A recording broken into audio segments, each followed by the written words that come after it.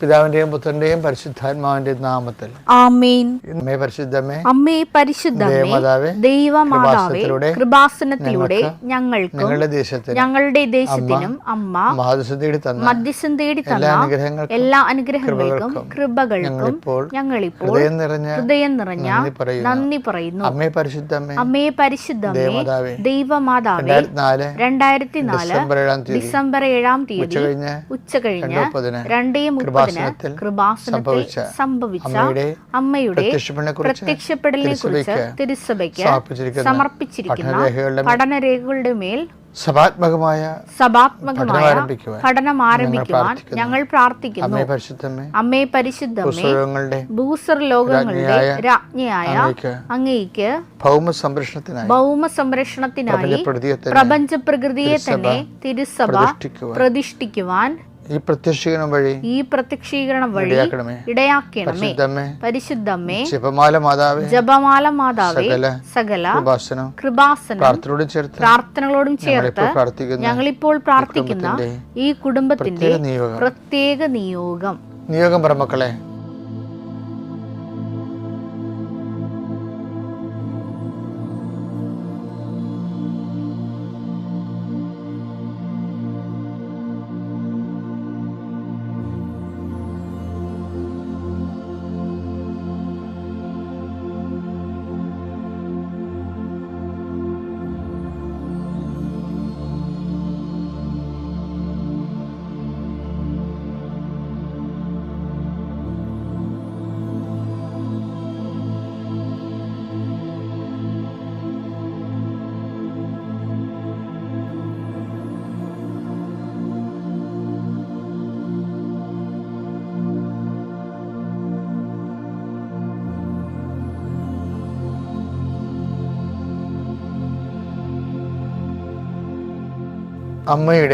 അമ്മയുടെ പ്രത്യക്ഷീകരണത്തിന്റെ ഈ അനുഗ്രഹവേളയിൽ ഞങ്ങൾക്ക് സാധിച്ചു തരുവാൻ കനിയണമേ.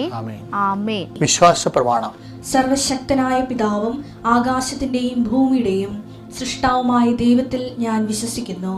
അവിടുത്തെ ഏകപുത്രനും ഞങ്ങളുടെ കർത്താവുമായ ഈശോ മിശിഹായിലും ഞാൻ വിശ്വസിക്കുന്നു. ഈ പുത്രൻ പരിശുദ്ധാത്മാവിനാൽ ഗർഭസ്ഥനായി കന്യകാമറിയത്തിൽ നിന്ന് പിറന്ന് പൊന്തിയോസ് പീലാത്തോസിന്റെ കാലത്ത് പീഡകൾ സഹിച്ച് കുരിശിൽ തറയ്ക്കപ്പെട്ട് മരിച്ച് അടക്കപ്പെട്ട് പാതാളങ്ങളിൽ ഇറങ്ങി മരിച്ചവരുടെ ഇടയിൽ നിന്ന് 3-ാം നാൾ ഉയർത്ത് സ്വർഗത്തിലേക്ക് എഴുന്നള്ളി സർവശക്തിയുള്ള പിതാവായ ദൈവത്തിന്റെ വലതുഭാഗത്തിരിക്കുന്നു. അവിടെ നിന്ന് ജീവിക്കുന്നവരെയും മരിച്ചവരെയും വിധിക്കുവാൻ വരുമെന്നും ഞാൻ വിശ്വസിക്കുന്നു. പരിശുദ്ധാത്മാവിലും ഞാൻ വിശ്വസിക്കുന്നു. വിശുദ്ധ കത്തോലിക്കാ സഭയിലും പുണ്യവാന്മാരുടെ ഐക്യത്തിലും പാപങ്ങളുടെ മോചനത്തിലും ശരീരത്തിന്റെ ഉയർപ്പിലും നിത്യമായ ജീവിതത്തിലും ഞാൻ വിശ്വസിക്കുന്നു. ആമേൻ. സുഖസ്ഥനായ ഞങ്ങളുടെ പിതാവേ, അങ്ങയുടെ നാമം പൂജിതമാകണമേ. അങ്ങയുടെ രാജ്യം വരണമേ. അങ്ങയുടെ തിരുമനസ് സ്വർഗത്തിലെ പോലെ ഭൂമിയിലും ആകണമേ. അന്നു വേണ്ടുന്ന ആഹാരം ഇന്ന് ഞങ്ങൾക്ക് തരണമേ. ഞങ്ങളോട് തെറ്റ് ചെയ്യുന്നവരോട് ഞങ്ങൾ ക്ഷമിക്കുന്നത് പോലെ ഞങ്ങളുടെ തെറ്റുകൾ ഞങ്ങളോടും ക്ഷമിക്കണമേ. ഞങ്ങളെ പ്രലോഭനത്തിൽ ഉൾപ്പെടുത്തരുതേ, തിന്മയിൽ ഞങ്ങൾ രക്ഷിക്കണമേ. ആമേൻ. നന്മ നിറഞ്ഞ മറിയമേ, സ്വസ്തി. കർത്താവ് അങ്ങയുടെ കൂടെ സ്ത്രീകളിൽ അങ്ങ് അനുഗ്രഹിക്കപ്പെട്ടവളാകുന്നു. അങ്ങയുടെ ഉദരത്തിൻ ഫലമായി ഈശോ അനുഗ്രഹിക്കപ്പെട്ടവനാകുന്നു. പരിശുദ്ധ മറിയമേ, തമ്പുരാന്റെ അമ്മേ, പാപികളായ ഞങ്ങൾക്ക് വേണ്ടി ഇപ്പോഴും ഞങ്ങളുടെ മരണസമയത്തും തമ്പുരാനോട് അപേക്ഷിക്കണമേ. ആമേൻ. എൻ്റെ കർത്താവ് നിന്റെ ഉന്നതമായ നാമത്തിന് സ്വസ്ഥം ചെയ്യുന്നു. എൻ്റെ കർത്താവ് ഇതിൻ്റെ വിശുദ്ധ പൗരോഹിത്യത്തെ മഹത്വപ്പെടുത്തണമേ. എൻ്റെ കർത്താവ് സഭയിലുള്ള സാന്നിധ്യം പ്രകടമാക്കണമേ. 39 വർഷം അർപ്പിച്ച കൃപാന്റെ യോഗ്യതയാൽ കൃപാസ്ഥാനത്താറെ ജീവനോടെ പ്രത്യക്ഷപ്പെട്ട പരിശുദ്ധ അമ്മയുടെ മാധ്യസ്ഥതരെ ഞാൻ ഈ പ്രാർത്ഥനയിൽ പങ്കെടുക്കുന്ന ഓരോ മകനെയും മകളെയും ആശീർവദിക്കുന്നു. ഇന്ന് നിങ്ങൾ പോകാനിടയ്ക്കുന്ന ദിക്കുകൾ, ഇന്ന് നിങ്ങൾ സംസാരിക്കാനിരിക്കുന്ന വ്യക്തികൾ, ഇന്ന് നിങ്ങൾ കയറി ഇറങ്ങുന്ന ഓഫീസുകൾ, ഇന്ന് കയറി ഇറങ്ങുന്ന സ്ഥാപനങ്ങൾ, നിങ്ങൾ ഒപ്പിടേണ്ട പേപ്പറുകൾ, കൊണ്ടുപോകേണ്ട രേഖകൾ കർത്താവിൻ്റെ നാമത്തിൽ ആശീർവദിക്കപ്പെടട്ടെ. ആശുപത്രി കിടക്കുന്നവരെ എത്രയും വേഗം തിരികെ വരുന്നതിന് വേണ്ടിയും രോഗം കണ്ടുപിടിക്കാത്തവർക്ക് എത്രയും വേഗം രോഗം കണ്ടുപിടിക്കുന്നതിന് വേണ്ടിയും നിങ്ങൾ ചികിത്സിക്കുന്ന ഡോക്ടറിനെ കർത്താവ് ആശീർവദിക്കട്ടെ. എൻ്റെ കർത്താവിന് ഉന്നതമായ വർഷങ്ങളോളം വർഷങ്ങളായിട്ടും മക്കളില്ലാതെ വേദനിക്കുന്നവരെയും ഉള്ള മക്കൾക്ക് എപ്പിലെപ്സിയും അതുപോലെ തന്നെ രോഗങ്ങളും ഹൈപ്പർ ആക്ടിവിറ്റിയും അതുപോലെ തന്നെ ഓരോരോ രോഗം, ഓട്ടിസം പോലുള്ള രോഗങ്ങളൊക്കെ വന്നിട്ടുള്ള അവരുടെ ആ കുഞ്ഞുങ്ങളുടെ ശിരസിൽ കർത്താവിൻ്റെ കാരുണ്യം ചൊല്ലി പ്രാർത്ഥിക്കുന്നു. അതിനെ വളർത്തുന്ന അമ്മമാർ കർത്താവിൻ്റെ നാമത്തിൽ അത് അതിജീവിക്കാനുള്ള കൃപയും ശക്തിയൊക്കെ ലഭിക്കട്ടെ എന്ന് പ്രാർത്ഥിക്കുന്നു. കർത്താവ്, ഇന്ന് ഓരോരുത്തർ അപേക്ഷ പൂരിപ്പിക്കുന്നവരുണ്ട്, ഇൻ്റർവ്യൂവിന് പോകുന്നവരുണ്ട്, വൈവ എഴുതുന്നവരുണ്ട്, ഡോക്ടറേറ്റിൻ്റെ തീസ് ഒരുക്കുന്നവരുണ്ട്, അതുപോലെ തന്നെ പ്രസൻറ്റ് ചെയ്യുന്നവരുണ്ട്. അങ്ങനെ ഓരോരോ മേഖലകളിൽ വ്യത്യസ്തങ്ങളായ വിദ്യാഭ്യാസ കാര്യങ്ങൾ ചെയ്യുന്ന എല്ലാ മക്കളും കർത്താവിൻ്റെ നാമത്തിൽ അനുഗ്രഹിക്കപ്പെടട്ടെ. എൻ്റെ കർത്താവിന് ഉന്നതമായ നാമത്തിൽ സഭയുടെ അധികാരത്തിൽ കുരിശടയാളത്തിൽ വിവാഹം ഒത്തുവരാത്തവർ, മക്കളില്ലാത്തവർ, ഭവനരഹിതർ, സ്ഥലമില്ലാത്തവർ, സ്ഥലം പൊക്കുവരെ ചെയ്യാത്തവർ, പകടപടി ചെയ്യാത്തവർ, സ്ഥലത്തെപ്പറ്റി കേസുകളുള്ളവർ, കരഭൂമികൾ, അതുപോലെ തന്നെ പാടശേഖരങ്ങൾ കരഭൂമിയാക്കാൻ ആഗ്രഹിക്കുന്നവർ, അങ്ങനെ വ്യത്യസ്ത എന്തെല്ലാം കാര്യങ്ങൾക്ക് വേണ്ടിയാണ് ഒത്തുതീർപ്പിന് പോകേണ്ടവർ, ചർച്ചയ്ക്ക് പോകുന്നവർ, സമാധാനം എത്തിക്കേണ്ടവർ, അവർക്കെല്ലാം പരിശുദ്ധാത്മാവിടെ കൂടെ വരികയും എൻ്റെ കർത്താവിൻ്റെ ഉന്നതമായ നാമത്തിൽ സഭയുടെ അധികാരത്തിൽ കുരിശിൻ്റെ അടയാളത്തിൽ വിദൂര യാത്രക്കാരെയും ഹ്രസ്വ യാത്രക്കാരെയും കർത്താവിൻ്റെ നാമത്തിൽ ആശീർവദിക്കുന്നു. നിത്യം പിതാവും പുത്രനും പരിശുദ്ധാത്മാവായ സർവേശ്വര നയിക്കുക. ആമേൻ. മർക്കോസ് 9:23 യേശു പറഞ്ഞു കഴിയുമെങ്കിൽ എന്നോ വിശ്വസിക്കുന്നവന് എല്ലാ കാര്യങ്ങളും സാധിക്കും. എല്ലാം സാധിക്കും. സാധിക്കുന്ന അനുഭവിക്കുന്നത് രണ്ടും രണ്ടാണ്. സിറിയ സൈന്യവും ഇസ്രായേൽക്കാരുമായുള്ള യുദ്ധമാണ്. 2 രാജാക്കന്മാർ 7 അതായത് 7 എൻ്റെ യുദ്ധം നയിക്കേണ്ട സൈന്യാധിപൻ ഭയങ്കര നിരാശയാണ്. അയാൾ പറയണത് ദൈവം തന്നെയാണ് ഈ വിപത്ത് ഉണ്ടാക്കിയത്, പിന്നെ ദൈവത്തിൽ നിന്ന് എങ്ങനെയാണ് സഹായം ചോദിക്കണമെന്ന്. 2 രാജാക്കന്മാർ 6:33 അവൻ സംസാരിച്ചുകൊണ്ടിരിക്കെ തന്നെ രാജാവ് വന്ന് അവനോട് പറഞ്ഞു ഈ ദുരിതം കർത്താവ് വരുത്തിയതാണ്. ഞാനിനി എന്തിന് കർത്താവിന്റെ സഹായം കാത്തിരിക്കണം. കണ്ട, നിരാശയായി. ആർക്ക്? ഇസ്രായേൽ രാജാവിന് നിരാശയായി. കാര്യം ദൈവം തന്നെ ഇത് വരുത്തി വെച്ചതാണെന്നാണ് പുള്ളി പറയണത്. ദൈവകോപമാണ്. പക്ഷെ നമ്മൾ ദൈവകോപമാണെന്ന് പറഞ്ഞ സംഭവം ഒന്നും ദൈവം വരുത്തി വെച്ചതാകത്തില്ല. അത് നമ്മുടെ കഴിവുകേട് കൊണ്ടും നിരാശ കൊണ്ടും നിർജീവമായതുകൊണ്ടും നമ്മളങ്ങനെ പറയണതാണ്. പക്ഷേ അപ്പോഴേ പ്രത്യാശയായിട്ട് ആര് വരും? പ്രത്യാശനെ കൊണ്ട് എലീഷ വരും. അവിടെ പ്രവാചകൻ 2 രാജാക്കന്മാർ 7:1 എലീഷ പറഞ്ഞു കർത്താവിന്റെ വചനം ശ്രവിക്കുവിൻ. കർത്താവിന്റെ വചനം ശ്രവിക്കുവിൻ. അവിടുന്ന് അരുൾ ചെയ്യുന്നു നാളെ ഈ നേരത്ത് സമരിയായുടെ കവാടത്തിൽ ഒരളവ് നേരിയ മാവ് 1 ശെക്കലിനും 2 അളവ് ബാർലി 1 ശെക്കലിനും വിൽക്കപ്പെടും.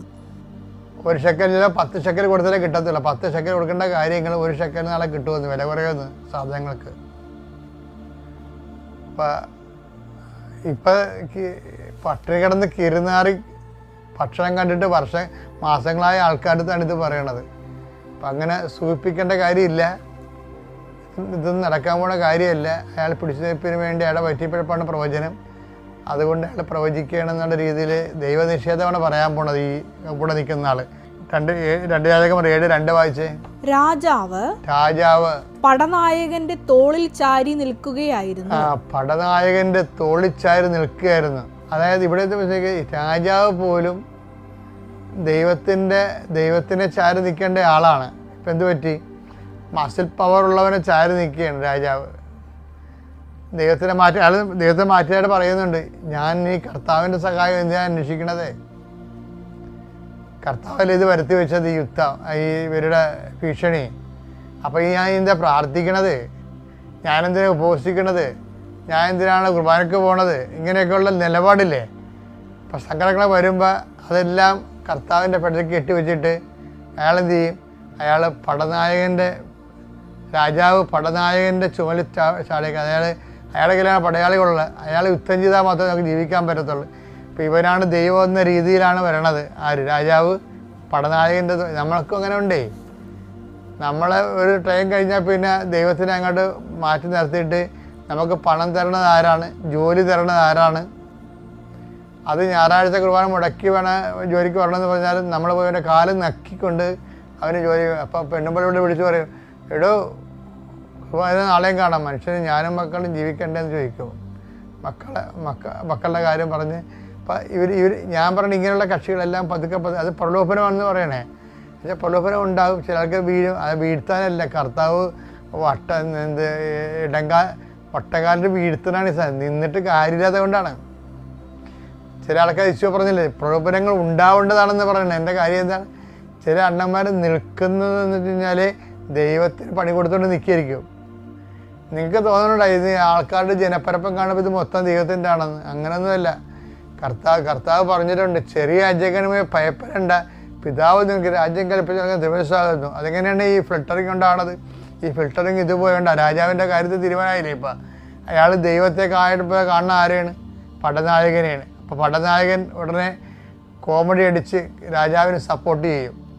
എന്നിട്ട് ദൈവത്തിൻ്റെ കാര്യം പറയുന്ന ആളെ കുറ്റപ്പെടുത്തും. വാമോഡറാന്ന് പറയുകയല്ലേ. അതിന് പകരം ഈ എലീഷായോട് ഈ പടനായകനും രാജാവും ഒത്തുകൊണ്ട് എലീഷയ്ക്ക് പണി കൊടുക്കണം കാണാം. വായിച്ചത് പടനായകൻ എന്താ പറയണത്? പടനായകൻ ദൈവപുരുഷനോട് പറഞ്ഞു, പടനായകൻ ദൈവപുരുഷനോട് പറഞ്ഞു, കർത്താവ് ആകാശത്തിന്റെ കിളിവാതിലുകൾ തുറന്നാൽ തന്നെ ഇത് നടക്കുമോ? നടക്കത്തില്ല. കാര്യം ആകാശമാണ് കർത്താവാണെന്നൊക്കെ എല്ലാം പുള്ളിക്ക് അറിയാമെങ്കിലും അതൊന്നും നടക്കണ കാര്യമല്ല ഇതെന്നാണ് പുള്ളി പറയണത്. അപ്പോൾ അതാണ് ഒരു കേവല വിശ്വാസം എന്ന് പറയണത്. അതൊക്കെ വിശ്വാസമുണ്ട്, പക്ഷേ ആ വിശ്വാസം കർത്താവ് പറഞ്ഞില്ലേ വിശ്വസിക്കുന്നവന് എല്ലാം സാധ്യമാണ് എന്നതൊക്കെ വിശ്വസിക്കുക. ഇയാൾ അതുപോലും ദൈവത്തിൻ്റെ സാധ്യതയെപ്പോലും ഇയാൾ ചോദ്യം ചെയ്യുന്ന ആളാണ് ഈ പടനായകൻ.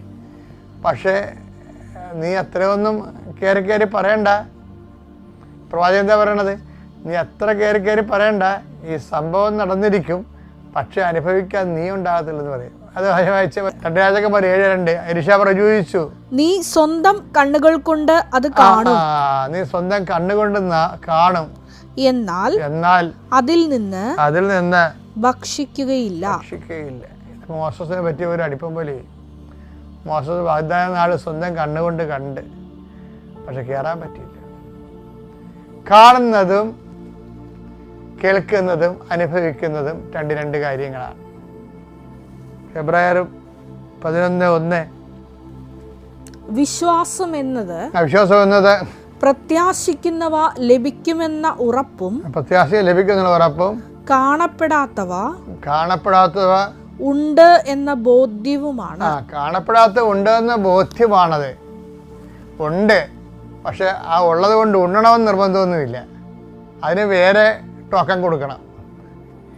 മനസ്സിലായില്ലേ? വിശ്വാസത്തിൽ നിന്ന് പ്രത്യാശയിലേക്ക് വരികയാണല്ലോ. ഇത് പ്രത്യാശിക്കുന്നവ ലഭിക്കുമെന്നുള്ള ഉറപ്പ്, അതാണ് സംഭവം. അപ്പം വിശ്വാസം പ്രത്യാശ ഒന്നല്ല. പ്രത്യാശ എന്നവനെ കാണാം, നമുക്ക് ബോധ്യമുണ്ട്, പക്ഷെ അത് നമ്മുടെ ഈ കിട്ടണ തമ്മിൽ വ്യത്യാസമുണ്ട്. അതാണ് എലീശ പടനായകനോട് പറയണത്. നീ അത് കാണും, പക്ഷെ ഒരു മണി പോലും അത് നിനക്ക് കിട്ടത്തില്ല. എന്താ കാര്യം? പിറ്റേ ദിവസം കർത്താവ് ഒരു മുളക്കം മുളിക്കും. പടനായകൻ്റെ ചണാച്ചണ സ്വരമാണെന്ന് പറഞ്ഞുകൊണ്ട് ഇസ്രായേൽക്കാർ ഓടിക്കളയും. അപ്പോൾ ഇസ്രായേൽക്കാർ കയറി അവരുടെ സംഭരിച്ച് വെച്ചിരിക്കുന്ന എല്ലാം എടുക്കും, എന്നിട്ട് പാപ്പടമൊക്കെ എല്ലാം കൊടുക്കും. പക്ഷേ ഈ ഇസ്രായേൽക്കാർ ഗേറ്റിങ്ങെ കാവൽ നിർത്തിക്കൊണ്ട് ഇവരെ അകത്ത് കയറുന്ന കൺട്രോൾ ചെയ്യാൻ വേണ്ടി നിർത്തിയ പടനായകനെയാണ്. പടനായകന് ജനം തട്ടിപ്പറിച്ചിട്ട് അറിഞ്ഞില്ല പടനായകനാണ്. ഈ ബഹളവും കണ്ട് ആൾക്കാർ കളങ്കാരിയാക്കി പോയി കഴിഞ്ഞപ്പോൾ ഉണ്ട് പുള്ളി മണ്ണോട് മണ്ണ് ചേർന്ന് കിടക്കണം. അതാണ് വിശ്വസിക്കാൻ നമുക്ക്. പക്ഷേ അത് കിട്ടുക എന്നുള്ളത് വേറെയാണ്. കർത്താവ് കിളിവാതിൽ തുറന്ന് വന്നാൽ പോലും ഇത് സംഭവിക്കുമോ എന്ന് പുള്ളി വിചാരിച്ചവനാണ്. അതാണ് പറഞ്ഞത്, നീ കാണും അത് കർത്താവ് ചെയ്യണത്, പക്ഷേ ഒരു മണി പോലും നിനക്ക് കിട്ടത്തില്ലെന്ന് പറയും. അപ്പോഴെന്ന് വെച്ചാൽ വിശ്വസിക്കണ ഒന്നാണ്, അനുഭവിക്കണ വേറെയാണ്. എല്ലാം സാധ്യമാണ്, വിശ്വസിക്കുന്നതിന് എല്ലാം സാധ്യമാണെന്ന് ഈശോ പറഞ്ഞിട്ടുള്ളൂ. അത് നമ്മുടെ അക്കൗണ്ടിലേക്ക് വരണമെങ്കിൽ ഇത്തിരി പണിയെടുക്കും. അത് നമുക്ക് അടുത്ത ടോക്കൺ കൊടുക്കേണ്ടി വരും. അതാണ് പ്രത്യാശ, സെക്കൻഡ് ടോക്കൺ. പ്രത്യാശ എന്താണ്? പ്രത്യാശ നമ്മൾ നിരാശരാക്കുന്നില്ല. രാജാവിനെ നിരാശയാക്കി, വിശ്വാസം മാത്രമേ അവർക്ക് ഉണ്ടായിരുന്നുള്ളൂ. കർത്താവെന്നറിയാം, രാജാവിന് വിശ്വാസമുണ്ട്, പക്ഷെ പ്രത്യാശയില്ല. അതുകൊണ്ട് ഈ പ്രത്യാശ എന്ന് പറഞ്ഞാൽ എന്താ? കാണപ്പെടാത്തത് ഉണ്ടെന്ന് ഉറപ്പാണ്. ഉറപ്പുള്ളവനെന്ന് വെച്ചാൽ ഉറപ്പുള്ളവനുള്ള ഗുണം എന്താണെന്നറിയാവോ? ആകുമ്പോൾ തൈക്കൊള്ളെല്ലാം വിൽക്കും. ഇപ്പം നിധി കണ്ടെത്തിയ കഥ പറയണില്ലേ? ഈ 13 കഴിഞ്ഞാൽ പിന്നെ നിധിയിലോട്ടാണ് വന്നത്. ഉറപ്പുള്ള ആൾക്കാരെ കുറിച്ച് സംസാരിക്കണതാണ്.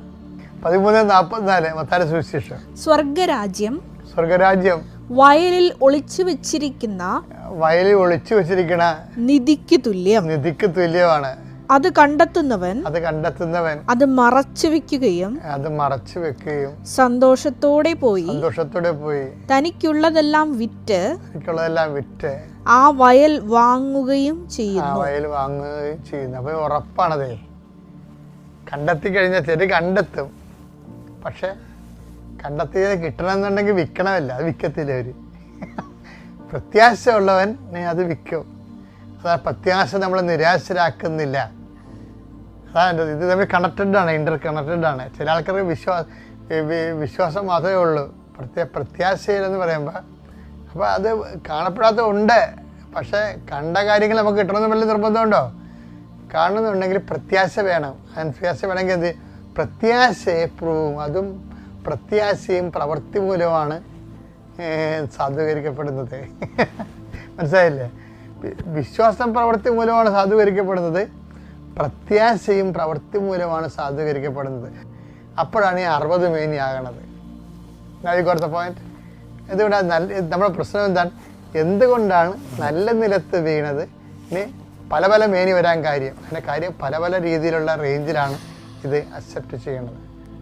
ഓക്കെ അല്ലേ? Thank you.